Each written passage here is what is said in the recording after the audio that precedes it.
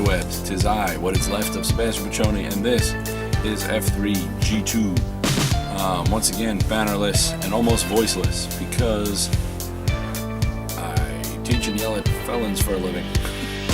And then was up all night emceeing the, ironically, because Rick lost his voice, so I ran the comic book roundtable of famous faces and funnies, and now my voice is going. So let's just start this. These are in no order because I dropped them earlier. So let's see what's here. Alright. It's Planet 2 and 3 because I forgot to read number 2. Kelly Sue DeConnick is awesome. It's really all you need to know. So much fun to say. Big Penny is like the best character in the history of comics. There she is. Look at her looking all mad. This is like her origin. And she's the best part of this one, even though she's not really in it. She's in the background causing a fight that becomes a riot in the prison. Just in the back of panels during a conversation. And she's great. The idea is talk about a patriarchy. You've got a society run by what's called the Fathers. And the Fathers know what's best. And it's just a group of old, rich men. And there's a special prison for women that's its own planet. You just send them away. They refer to it like old, rich, powerful men would as Bitch Planet. It's a great book. It sounds like, the name of Bitch Planet and that concept, it sounds like this should be, your typical, like an exploitation film done as a comic. But of course it's not, because Kelly Sue DeConnick is Kelly Sue DeConnick. And she basically does what she does best, which is take all the typical tropes and turn them on their ear and make them instead empowering and I mean, I know people shy away from the, people have extreme reactions to the word feminist, and it is feminist, but it's not like,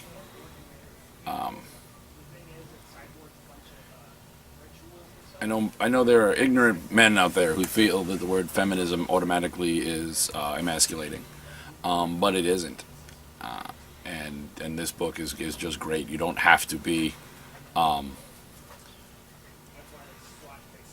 you don't have to have some form of agenda to enjoy it, because it's really just universal, and that's the best part of it. It's true feminism, where it's not just taking women and replacing, because I think what many men are afraid of. I don't know why I'm getting political on this, but I think this is the best way to explain. What many men are afraid of with feminism is that they're afraid that it's just going to replace their comfortable, misogynistic, fraternal world with the opposite, equal thing of I don't know what the opposite of misogyny is, but I don't know what the word for that would be, because I don't think it's ever really been a problem in society. Maybe anti-mascara, but it's not. It's more about equally making things equal and not just reversed. And it's just a great book. You don't read it like it's a political thing. It's because it's not. It's just really great. It's a lot like Rat Queens that way. Yeah, it's just, but better for what it is in that regard. All new Captain America. It was good. I'll keep waiting because they've solicited for in other things that Nomad is still around, but they killed the new Nomad, which is Cap's son from the other world. And so far he's still dead, so I just keep waiting to see when that comes back.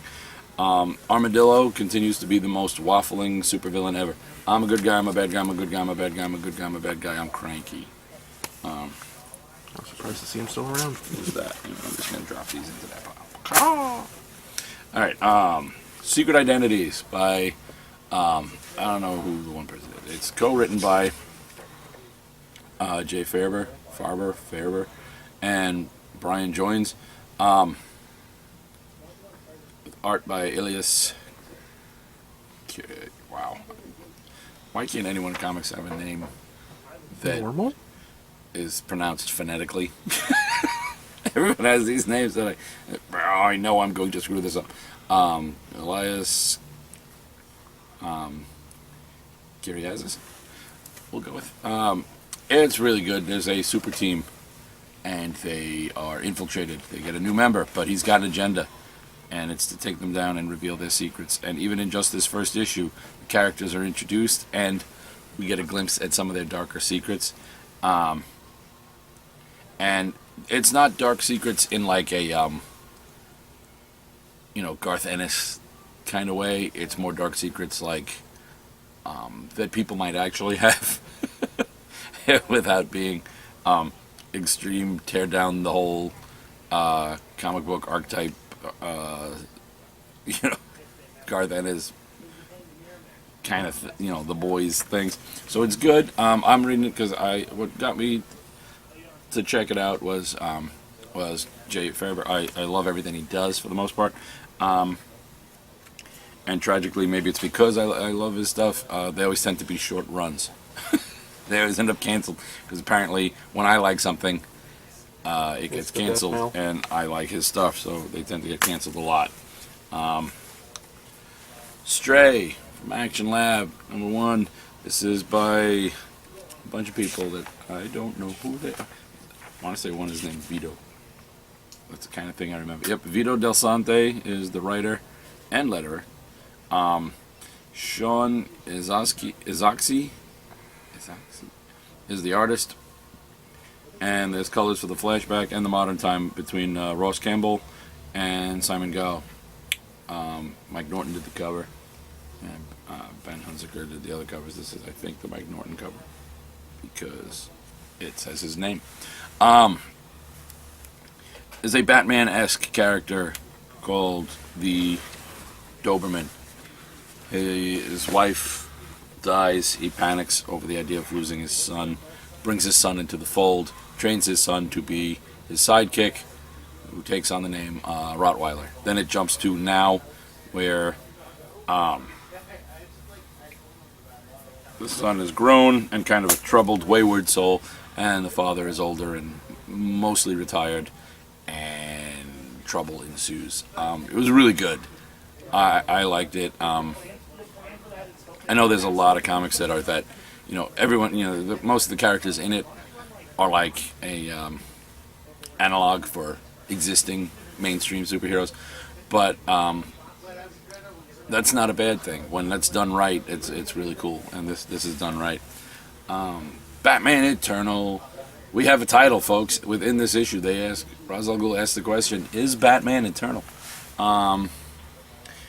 And we see that every time we find who the big villain is, there's another big villain waiting in the shadows to actually be the big villain.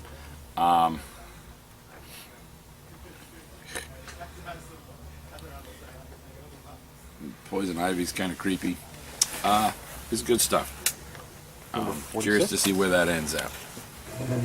Ms. Marvel #12. Guest art this time. It's still G. Willow Wilson, which is always fun to say. We've got Elmo Bondoc on art, and let me tell you, his name's Elmo. That's kind of cool. This book is great. Doesn't matter who's doing it, who's drawing it. This book is great. This book is great. I don't know. She meets Loki. There's truth serum involved, and like a school dance. I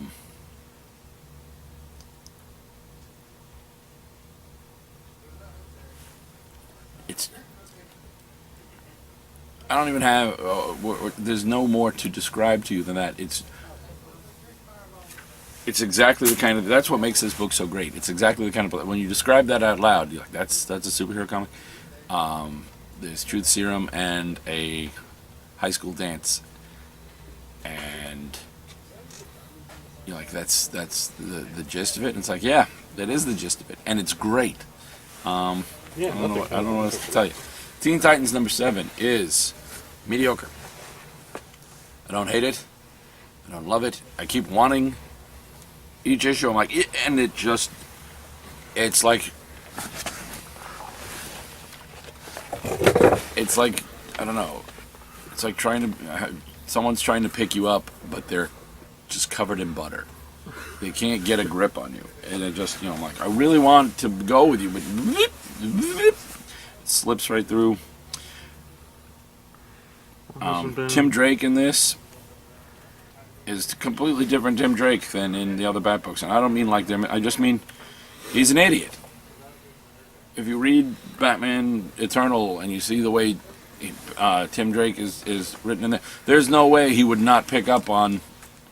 He would see right through this Manchester Black, who is such a watered-down version of the original Manchester Black that he's not even Manchester Black. He's like Manchester Beige. He's like Manchester Off-White, Manchester Eggshell.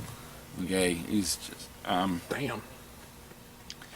But there are ideas in here that are good, but just everything is just awkwardly done. There's a scene where Poor execution. where Manchester Black is telling them all, deep, dark things about how Star Labs was built as a result of Project Paperclip, and he's explaining to everyone except for Tim. No one on the Titans, other than Tim, seems to know what Project Paperclip was. Which, of course, Project Paperclip was after World War II. That was the code name for when the American government went and stole all the Nazi scientists and said, "Hey, we hate everything you guys did, but you guys are pretty smart, and we need some science, so you will work for us now." And while he's telling them this tale of horrors, the only character who looks horrified is Beast Boy. Raven's just kind of doing this little open mouth. Maybe she's shocked. Maybe she's realizing she can't breathe through her nose with that mask on. Wonder Girl might be sad. She might be thinking, did I leave a light on? New Power Girl doesn't really have much of an expression. And Robin and Red Robin and Bunker are actually just kind of smirking with half their face. Like, oh, yeah, Nazis, that's cool. And it didn't quite work with that description going on. But then there's other things like this. This is the first issue where the New Power Girl is in her New Power Girl costume. And they go from all kind of hanging around, where she's in the costume, that apparently she just put on, when Raven teleports them to the new place, and as if to let us know, oh yeah, she's in the costume. The dialogue includes Wonder Girl saying, "New costume, Tanya?" and Tanya saying, "I figured the New Power Girl needs her own look." In case we didn't figure out that she's in a costume she wasn't in last week, or last month. So it's just... Forced. Yeah, it's hitting the things, but it's not hitting them in a way that's making you go, oh, it's hitting them like it's, oh, we have to do this, and we have to do this, and we have to do this. And I really wanted Titans to get great. And so far, there have been no great Titans in the new 52. And I want there to be. Rocket Raccoon. Rocket saves Groot. He gets an egg. He almost dies. He meets a chick. He thinks she's also... They saved Groot. But somebody didn't want Groot to be saved. Somebody thinks Groot would be better off dead because he might be a threat to Earth. And that's what they're going to find out next. It's Rocket Raccoon, written by Scotty Young. It's drawn this time around. The past two issues are drawn by Felipe Andrade. Felipe Andrade, or if you want to be American, Philip Andrade. But it's great. It's great. It's Rocket. It's Scotty Young. It's great. Batman and Robin, number 39. Awesome. Superpowered Damian, among other things. He doesn't feel pain. In fact, he almost can't feel anything. Bruce is very concerned. Damian thinks, nothing can hurt me, and I've come back from the dead. Therefore, I have nothing to fear ever. And Bruce is trying to teach him, you need to rein it in and still be cautious. But then they get a Justice League signal, and Bruce actually takes him. At first, he's not gonna, but then Damian is flying around town with the bat signal because he's trying to warn. He already grabbed most of the major villains, flew them up to the edge of Earth's atmosphere, and said that if they, there's a new dynamic in town, and if they really upset things, he's just going to fly them up here and leave them there. And so he got in trouble for that. And now Bruce sees him playing with the bat signal, flying it around as a warning, going, and he's like, "What are you doing with that?" And he's like, "Nothing." He's like, "Just put it back. I'll wait. You're coming with me." So he takes him to the watchtower, where he is immediately a prick to Shazam, and now they're going off on a mission. Shazam was really hoping to have another superpowered kid to be friends with, and it didn't work out. No. Over in Justice League 39, we got a new version of Amazo. Even though they indicate that they fought the Amazo robot, now there's not Weapon Zero, Patient Zero. For the Amazo He's virus? basically, the Amazo virus has basically converted Patient Zero into a living Amazo. He can just get powers when he's exposed to them. So he's like, he doesn't do the whole head thing, so he's like an evil Peter Petrelli. He's not so much Siler. Art, he's a gorgeous. He's great. I'm still waiting. Jeff Johns is going to leave the book. I think. Right? Isn't Jeff Johns leaving this? I don't know. No, Jeff Johns is leaving Superman. He's going to stay on this. But I'm still waiting. They said, like, oh, yeah, the new 52 Ted Kord will be playing a major part in Justice League. And we never saw him again in the end. Nope. That's all I really want. I didn't read that. Suck it. I didn't read that. Suck it. I didn't read that. I read this. Another one from Action Lab. Harold, Lovecraft, and Tesla. It's Lovecraft and Tesla teaming up to find the Necronomicon and save the Earth. Lovecraft's mother is trying to wants Tesla to keep an eye on HP because he's got some issues. Just a few. They even they don't hide from the fact that they're on like a bus or a train or whatever, and he looks realizes he's sitting next to an old black guy, makes a face, scoots over, and Tesla's just looking at him like, really? And so they included his well, it's ironic to have to say on multiple levels, but they included his dark side because it's weird that the man invents Cthulhu, but that's not his dark side. His dark side is that he's racist. Big monster or elder gods? Sure. People of different pigmentation? Hell no. I don't know what to tell you. But nonetheless, it's everything you'd expect a book about Tesla and Lovecraft versus, Lovecraftian-esque monster things to be. It's awesome. Loki, Agent of Asgard, number 11. Loki. Loki's dealing with the repercussions of everybody finding out that he killed himself, his good self, but he's still really not evil. Sif seems to be the only one who can see that. They credit the fact that he used to live inside of her. When he took over her body, not like whatever.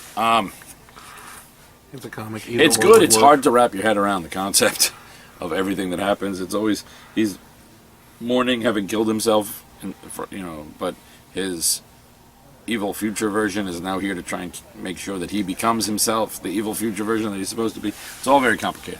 But in the end, it makes you feel bad for Loki and not feel bad for Loki at the same time.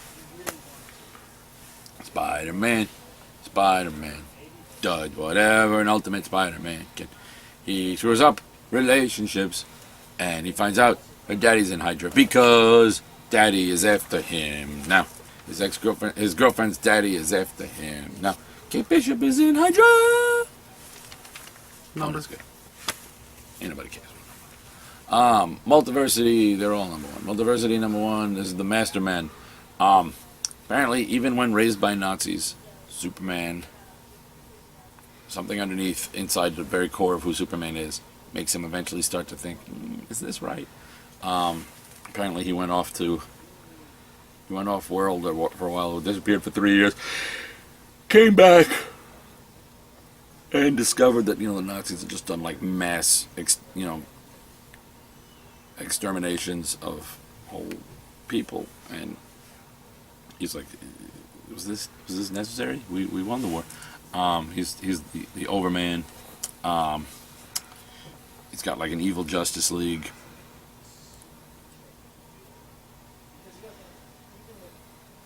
Wonder Woman's called Brunhilde. And then the Uncle Sam and the, what the heck are those guys called? Freedom Fighter. The Freedom Fighters are, the heroes, as it were, of the world. And it was really good. Savage Dragon. This issue gets even more freaky, sex crazy than the last issue. But then, just when I was thinking, oh my god, if it's just going to turn into this, I don't know if I can just keep going. The characters say as much, and turns out that underneath it all, Malcolm Dragon really just wants a one-on-one relationship, and all of the rest of this is too much for him.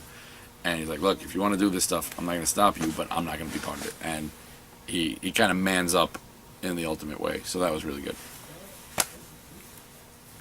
She-Hulk number 12 is heartbreaking because it's over, but Charles Soule says he's going to work She-Hulk and her supporting cast into just about anything he writes whenever he can because he loves them, and I do too. Thank you, Charles Soule, for a great She-Hulk series. New 52, Future's End. I liked this issue. Yeah, that's right. Really? Most of the time this is mediocre, but this was pretty damn good. They're doing well against Brainiac, and then Batman and Mr. Terrific launched their defense system against Brainiac.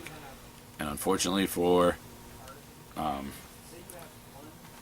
Terry McGinnis, their defense system is they initiate. Everything suddenly, all the screens in like Manhattan are covered with the Brother Eye symbol, and Oh hell. it's like, I am here to, planet Earth, your delivery is at hand. I am here to protect you. And it turns out that, in trying to stop Brother Eye's taking over of the world, Terry just actually inadvertently convinced Bruce and Sloane to initiate Brother Eye to protect the world and start it all. Oopsies. Yeah. Wolverines number 7. This was written by Charles Soule, so it was a better issue. But Mystique's a badass bitch. Yeah, she is. That's my review for this issue. Mystique is a badass bitch. Don't fuck with Mystique. Legendary Star-Lord number 9, Black Vortex. I'm liking the Black Vortex series. I'm not always a big fan of the crossovers, especially just when, let's take X-Men. It seems like such a forced thing. I mean, let's take X-Men and all the Guardians books. Sure, Bendis is working on most of those, so it makes sense. But at the same time, it just seems like Guardians is hot thanks to the movie. X-Men are always hot because they're X-Men. Let's just mix these two hot things because hot plus hot must equal scorching. But it's actually a great story, and a good fit because in both the X-Men and the Guardians, not all the heroes are heroic, and not hardly any of the heroes are competent. So it's really a lot of trial and error. Silk number 1 surprised me by being really good. Who knew? The art's cool. It's like very stylized.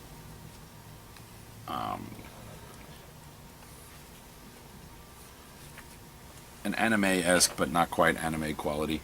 It was just good. It was just really good. It surprised me. Who knew? Supergirl, Battle for the Life of Superboy. Not really a battle. It was kind of just a discussion for 2 pages. There'll be a battle next issue because the art is gorgeous in this. I don't know who's doing the art on this. There's no page like home for the holidays. For the holidays, we should all eat deviled eggs. I don't have a damn page. What the hell? Which It's Superboy right is over it? the top. It's Is it Kent or Connor? it's Connell from where they left off with the Superboy comic. It's written by Kay Perkins and Mike Johnson, and it's penciled by Emanuela Lupacino. It's fun to say. The art is just gorgeous. Like, I don't know who Emanuela Lupacino is, but I want them on Titans. Stat. That's not a dig against Rockford. That's just, this would make me able to sit through. This would give me a catch, whereas the story just keeps not quite getting me. And it's similar with this. This book, the story is kind of meh, but the art is gorgeous, and I'm curious as to what's going on with Superboy. Even the whole concept for the new Supergirl book is just meh. You know, it's a space school of stereotype characters. For Supergirl? Really? Yeah. Yeah, there's, I mean, I don't like the dumbing down and younging down of Captain Comet into Comet, the brash young teenage douchebag. They've managed to take Maxima and make her, she's Minima. They made her younger, and they made her, she has none of the confidence and anything, you know, that made, she's not Maxima. They call her that, she's supposed to be that, but she's not that. And really, I'm just curious about Superboy. And about where that's going to go and how it's going to eventually lead. The S is really weird on Superboy's costume. It is. Half the time it's not an S. It's the one flaw in the art there. But I didn't notice it till just now. So it's like a C. But the plan is to clone Superboy into other clones. That's what this organization wants to do, and then just have a whole bunch of weapons. Supergirl's actually fighting to save Superboy. All of this I'm okay with. It just makes it even more confusing as to, you know, all the hints as to which Superboy will it be when they get back to, when he returns to Teen Titans, which I was gonna drop until they said they were putting Superboy back in it. But now they're making it seem like for some reason he's coming through, and there's, you know, a whole lot of blood in his wake, and he's you know, some kind of weapon again. And is it even the is it even the Con-El that we've been dealing with? So I'm like, why? They just fixed it in Superboy. They just took 3 years worth of unreadable Superboy and fixed it in the end in that Aaron Kuder series that wrapped up the book, and now they're just gonna mess it all up again. I'm like, why can't you just stop trying to change things for the sake of change? Oh, look, we're gonna mix it up a little. Why can't you just take something and work with it and make it where you know? No, stop trying to be different.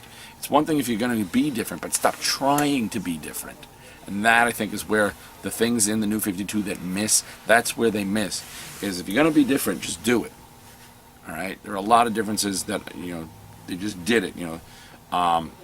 Even the most shocking and jarring difference of, you know, the reversion to Batgirl's state of walking, and then this jump to this whole Batgirl that is right here. This Batgirl is right here, where, you know, suddenly she seems like, you know, 10, 15 years younger, and it's almost like a whole different person. But they just did it. They just said, look, this is what we're doing, and they went with it. And it wasn't so much, it wasn't forced. I mean, while I don't feel that this is the same Batgirl that's been in everything else up till now, and it may not be, that's even part of the story, but they did it, and they just went for it, and they didn't do like, ooh, we're changing things for the sake of changing things. They said, here's what we're doing, and it's a different kind of change, and this was okay. My main problem with this is, it's one thing that you want to Jarring transition. do the jarring transition for Batgirl, but they took Black Canary with her. Now Black Canary is like the lead singer for a band, and suddenly she seems like college aged, and it's like, no, Black Canary in the New 52 was like on Team 7 and was this government, you know, like super powered special ops assassin squad, and now, you know, she's lead singing for a band in the good, you know, in the rich preppy suburb of Gotham. No. Also no. And another no. And Wonder Woman is okay. Wonder Woman number 39 is okay. That's it. That's my review for the week.